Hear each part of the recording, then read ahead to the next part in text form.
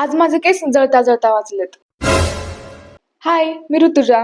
आज होतं लक्ष्मीपूजन, त्यामुळे सकाळपासून खूप कामं होती. सगळ्यात पहिलं काम होतं ते म्हणजे फुलं आणायची. सो मी आणि दादा सकाळी लवकर तासगावला गेलो होतो आणि आज अचानक आरती आणि आदिती भेटल्या. त्यांच्यासोबत थोडा गप्पा मारल्या आणि फुलं घेऊन आम्ही घरी आलो.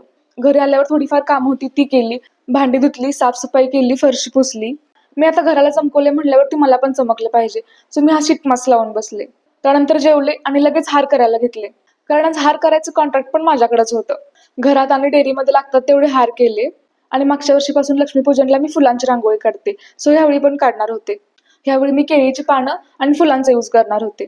पहिल्यांदा सगळ्या फुलांच्या पाकळ्या काढून घेतल्या आणि ह्यावेळी मी जरा लवकरच रांगोळी काढायला घेतलेली, कारण नंतर मला खूप उशीर होतो. तरी पण मला 2 तास लागले आणि फायनली रांगोळी अशी दिसत होती. त्यानंतर हार लावायला घेतले आणि पलीकडे वहिनी पण रांगोळी काढत होत्या. त्यानंतर पटकन मी पूजेसाठी तयार झाले. मम्मीने लक्ष्मीपूजनची तयारी करायला सुरू केली होती.